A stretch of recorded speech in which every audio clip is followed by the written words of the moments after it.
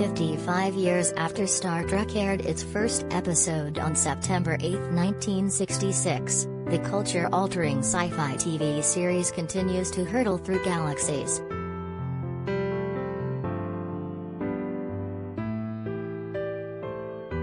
Star Trek Day arrives Wednesday, after Paramount announced a Star Trek movie for 2023, the fourth in the new timeline, with WandaVision director Matt Shakman and J.J. Abrams producing.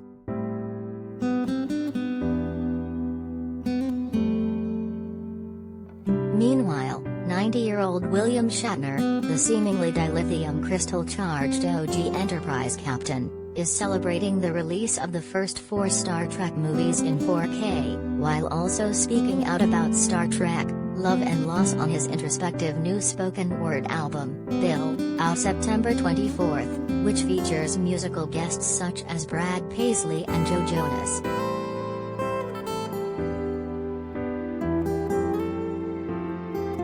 The cancellation of TV's Star Trek in 1969 was a low point in my life, Shatner tells USA Today. It was the last chapter as far as I was concerned at that time. But as life does, sometimes, what is down comes up.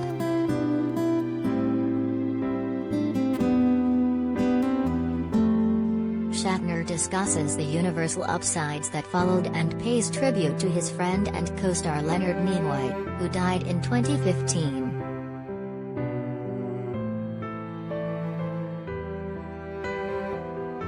Quit asking if Ricardo Montalban's chest is fake, it's all muscle.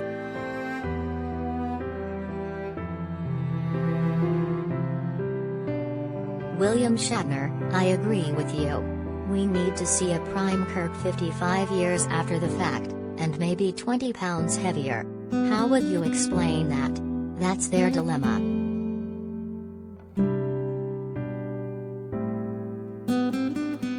What you've just said, about the movie, is news to me and I'm delighted to hear it.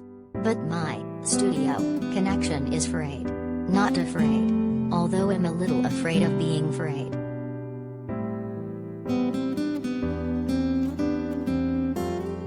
Shatner, I had been to Cape Canaveral as Captain Kirk, with the red carpet treatment.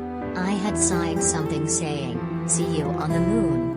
When our Star Trek ratings went up, they appropriated more money for the space program. So I felt a part of this. And there was Neil Armstrong, walking on the moon. This incredible moment for humanity.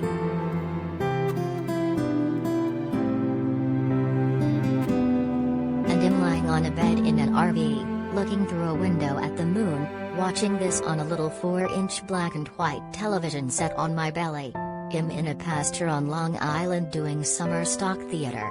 I'm at a very low point watching this high point.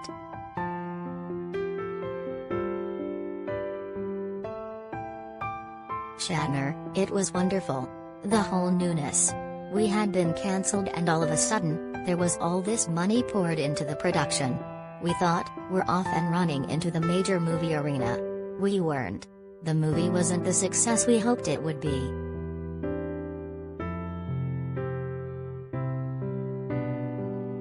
But the special effects were so primitive in the television show. You look at it now, it's almost laughable. And we were discovering things as we went along. It's like the rushes would come in after shooting, and would say, oh, no. We're falling the wrong way on the bridge. Until we found the results, we were fumbling.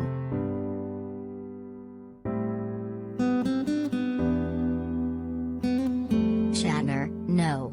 I'd like them to believe the fantasy and let them buy the t-shirts, for which I have no financial interest.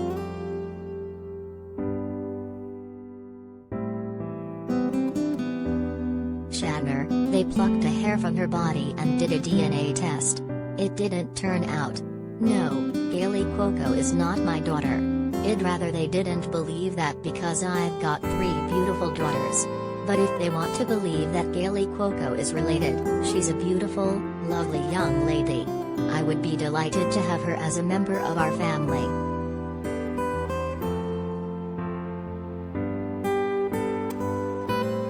Shatner, I actually got that out.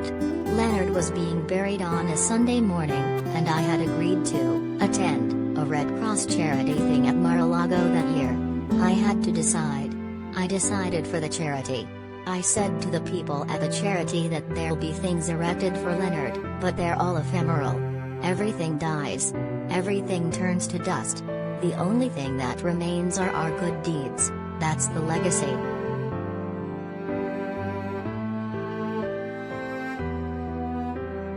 Shatner, it was that signal to all life in the universe. Or a signal to buy the album, I guess.